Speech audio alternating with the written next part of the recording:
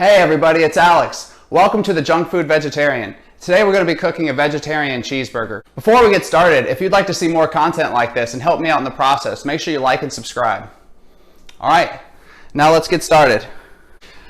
Now the reason that we chose the cheeseburger is because the cheeseburger is an American staple of food. And if you're like me, growing up, you probably had a hard time finding food to actually eat when you're engaged in a holiday or out with friends or something like that. Typically, maybe you showed up to a 4th of July party or a barbecue, and the only thing they have for you is salad. Like, you want to eat salad while you're at a barbecue, while you're celebrating with your friends. You want to join in on the fun, you want to have a burger, but you also don't want to be engaging in the process of eating meat.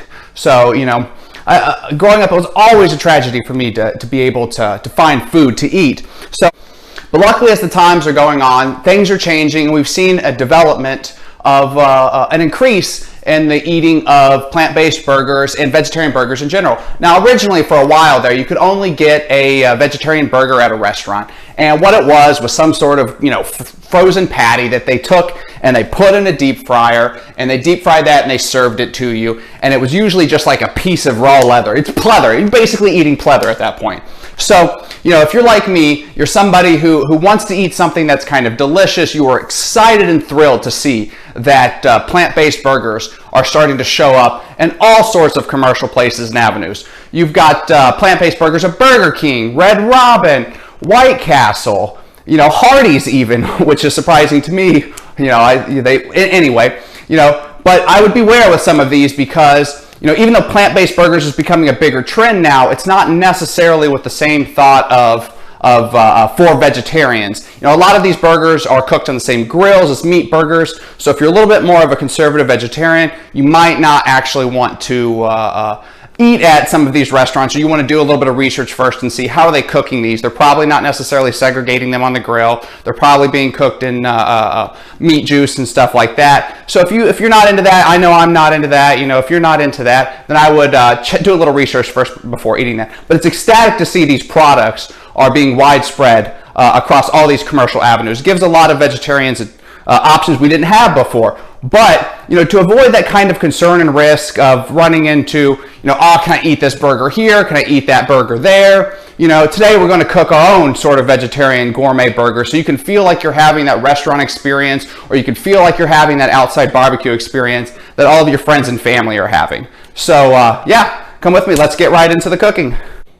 All right, so the plan for today is to go ahead and we'll use a Lightlife burger. Typically, I kind of prefer the Beyond beef burgers a little bit better, Beyond Meat style, but Lightlife is pretty all right, and it's good, especially if you're planning to flavor upwards as we are today. So our meal will be a sauteed mushroom and onion hamburger with cheese, of course, and hand-cut fries. So in order to get this meal, what we have here and what we need really is you're going to want some lettuce, some tomatoes, obviously for your toppings. You know, pick and choose based upon what your preferences are, of course. Pickles as well. And you're going to also want some mushrooms. We're using canned today, but feel free to use fresh mushrooms. Canned's a little bit easier for quick cooking, so we're going to use that because they're full of liquid already. Onions as well here today. We've got them just kind of sliced. We're going to fry and saute the onions and the mushrooms together in a seasoning sauce. Now we've got this sauce right here. Looks pretty good. But what it is comprised of is primarily just soy sauce, some steak sauce, a little bit of chopped garlic, minced garlic that is, and pepper along with cumin. So what we're going to do is use that as kind of a base, so that way the onions and the mushrooms can suck up that flavor. While they're cooking and after they've kind of dried out and sucked up the flavor of that liquid, we're going to add in a little bit of smoked paprika as well, just to give it that kind of extra kick. Now, for our burgers, we are going to go a little simple. Now, we can use a similar concoction as this in order to kind of coat the base bottom of them and let them soak up that flavor. It's really good for kind of chickens and other beefs that you want a particular type of flavor for a meal with. But, you know, we're going to go a little traditional here, especially since we're seasoning the mushrooms and the onions. we're just going to be using an oil base, or butter if you prefer it, to cook the patties in, the burgers in. And then we're going to use a little bit of seasoning here, which really is just pepper, a garlic Sazon based seasoning as well, comes with, onion and other various dried spices, and then just some salt. And that's just going to be used on top of the patties in order to give it a little bit of extra flavor, so it synthesizes well with your toppings. For cheeses, be careful, if you're vegetarian. If you're vegan, then obviously you'll probably want to stay away from a few of these items up here. But for vegetarians, I typically caution, pick your cheeses a little cautious based upon how conservative that you actually are. Because you never know, some producers still use meat rennet and other rennets as the base for their cheeses, but I always find, so you'd be a little careful. Places like Kraft, you kind of have to watch out for those American singles. But if you know a good deli, or you have a good relationship with a deli, you can get some deli slices that are pretty well sourced. So what we have here is just some American cheese that has been sliced from our local deli. Now, what we also want to do in order to give a little bit of extra kick is we're going to be cooking some of the buns. We're going to primarily be using cast iron pots today. And for the French fries, you can do that a number of ways. We are going to use an air fryer just to kind of cut down on oil and grease, although we're going to spray it down with a butter spray. But you can also use for the French fries a light amount of oil and the French fries just kind of sizzling in them for a certain amount of time. Or if you want to go full deep fry, you can pull a pot of oil to the side and drop them in there as you see fit or you need to. So yeah, with no further delay, now that you're comfortable and familiar with the ingredients here, let's go ahead and kick over to start cooking. So to start out cooking, I'd get out about 3 different pans here. You're going to want to oil them either with the oil of your preference, or butter, margarine, whatever suits your taste. So what we've got here are 3 different pans for 3 different purposes. We've got the burger pan here that we want to cook within here. We don't necessarily want to have this high. We probably want to keep it around medium temperature and heat. Over here is going to be the bun pan. This is where we're going to roast the bottom of the buns, let them suck up a little bit of oil or butter, and then you can kind of season them if you please. And then here is really where we're going to do the meat of the cooking with the mushrooms and the onions. This is going to kind of saute them and let them suck in the flavor.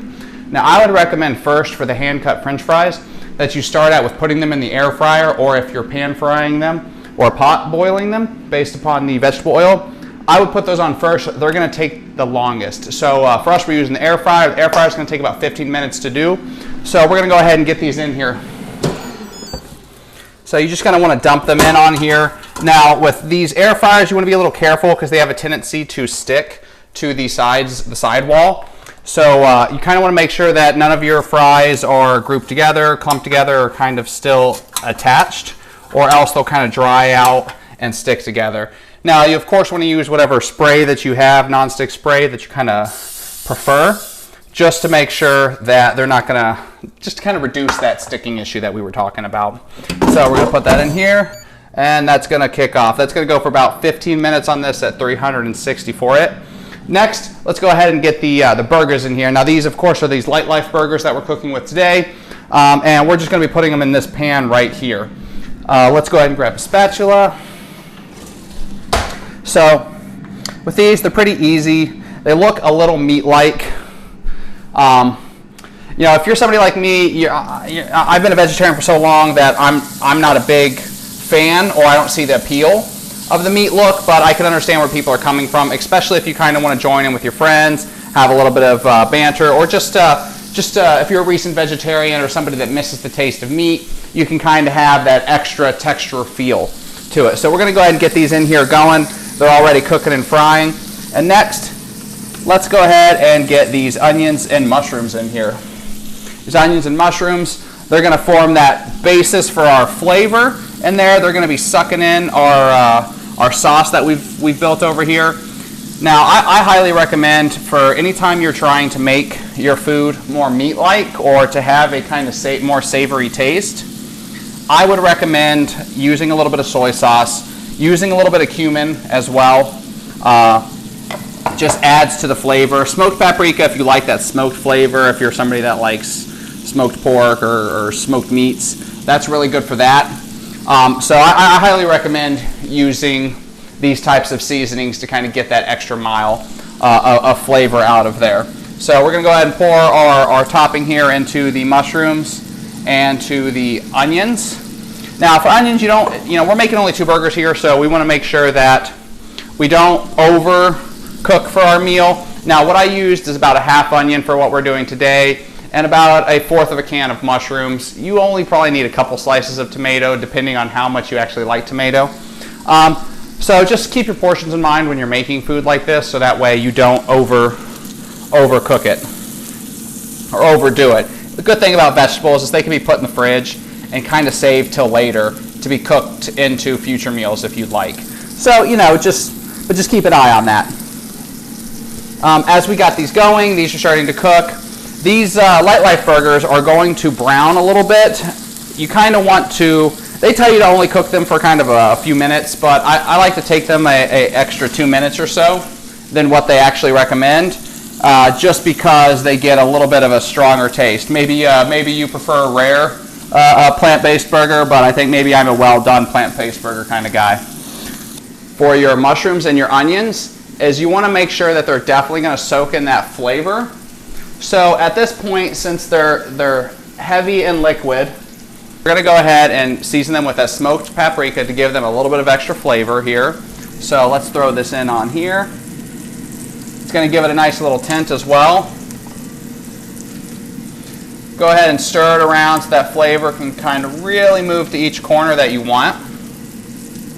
And it's really going to get a comprehensive, thorough covering, and it's going to suck into each little crevice of the food. So once you kind of have that set up, really, you probably want to put a lid on it.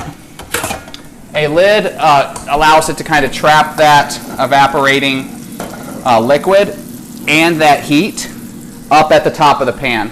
So while that's kind of working and our French fries are working, we can go ahead and get a little look on our buns. These are going to be real slow to cook, and as you can see, there's problems with necessarily getting the butter to each corner and part, but depending on how much you want, you can re-butter them midway through. You can jack up the temperature a little bit to kind of get that change, but we just really want a little bit of crisp and texture in ours. So we're going to turn up the temperature, and we are going to leave them as they are. So for the burgers, what's really good here is throughout, as you are flipping them, you can kind of take a pinch here and there, sprinkle it on whichever side, and as its natural moisture starts to seep out of the burger, it'll allow it to create a cohesive and stick the seasoning on top of it. So I like to season them, go ahead and give them a flip, season them, give them a flip, and then season the other side, and then just kind of repeat this process until you reach the desired level of flavor as you want, maybe 2 or 3 times. As you can see here, there's a little bit of a heat temperature disparity on my grill, so keep an eye there because you want to be able to move these burgers around to get the exact type of covering that you want based upon your heat distribution. So we're going through here. As you can see, these are starting to really get going now. The liquid is boiling and pushing through. You kind of want to cook it until it congeals a little bit. So we'll leave that as it is. Now, it's been about 5 minutes on the French fries. Let's go ahead and check how they're cooking. So, as you see here, with the air fryers, you kind of want to make sure that you come in and every couple of minutes you move them around, or else they're going to get stuck. It's just going to get stuck around. So go ahead and move them off the back here, get them off the metal fencing and the parsing, and rearrange them and give them another spray, and we'll put them back in to finish their cooking cycle.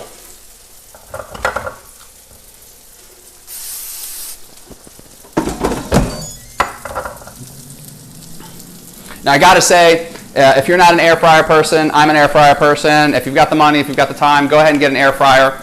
They are amazing. They actually, they allow you to basically heat up food, recook food that you get while you're out. So if you're eating, you got some really good French fries, but you don't want to put them in the fridge, you don't want them to get soggy, I recommend the air fryer. They're gonna bring those French fries back up to what their prime tasting was, what they were before you really, before they had let the ravages of time take them and make them soggy and gross. Air fryer. I'm telling you, any fried food, air fryer.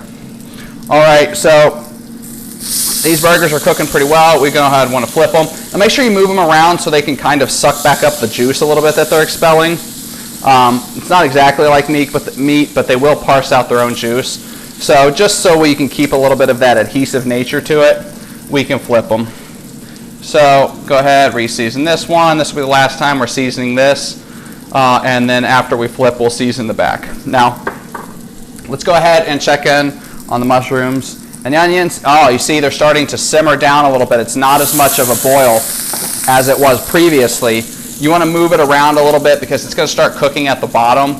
So make sure you stir it pretty often, or else that bottom will start to burn and congeal. And you don't quite want uneven burning with that. So this is getting to the point that we want. It's almost ready for us to mix and match these. So just so we can slow down our temperature here a little bit on this, our burgers are cooking a little bit faster. Let's turn it down, and let's turn this one up a little bit.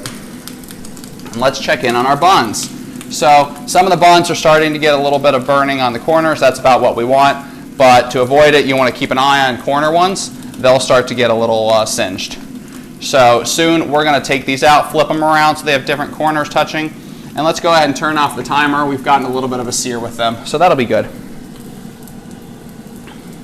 Now, let's do our last flip on the burgers. Right here, we flipped them. They're getting a little burnt there, a little crisp. Christy, my fiance, she likes to have hers a little bit burned, a little bit crispier, so we're going to have that one ready for her. And let's turn this down.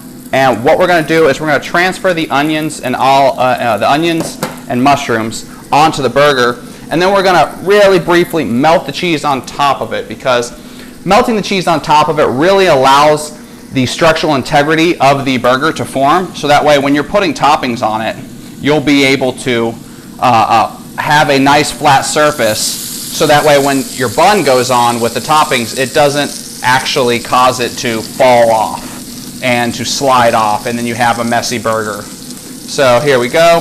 You can keep this topping for cooking something later in the future, or if you're having more burgers. It's also a nice fajita mixture a little bit, but that's a time for a different meal. So let's throw on this cheese. We're going to let it cook for just a second. You really want it to get a nice melt on it. As that's working, you can also put a cover on these in the future. That heat trapping also allows it to melt faster, but I'm sure we've got enough melt in our current configuration. Give another spin of the fries while they're cooking in the air fryer.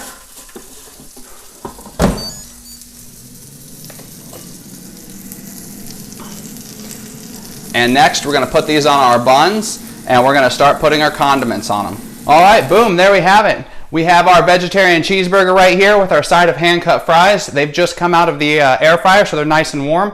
One little tip there is since the air fryer usually makes them a little dry, depending on how you cook them, you want to keep an eye on it. But if they do end up a little dry, you can pull them out. You can put them in a lightly buttered, lightly oiled pan, and use that as a surface to kind of let them suck up a little bit more butter, and also put some liquid on the outside so you can salt them or pepper them depending on your preference.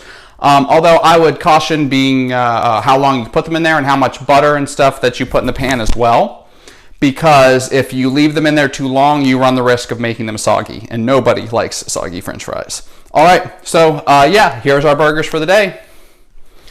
All right, everybody, thank you for cooking with us today. I hope you enjoy your gourmet vegetarian burger that we have right here. And thank you for tuning in to the Junkfood Vegetarian. And by the way, if you like the content and you'd really like to help me out, please make sure that you like and subscribe to the channel for more content like this. All right, enjoy your food.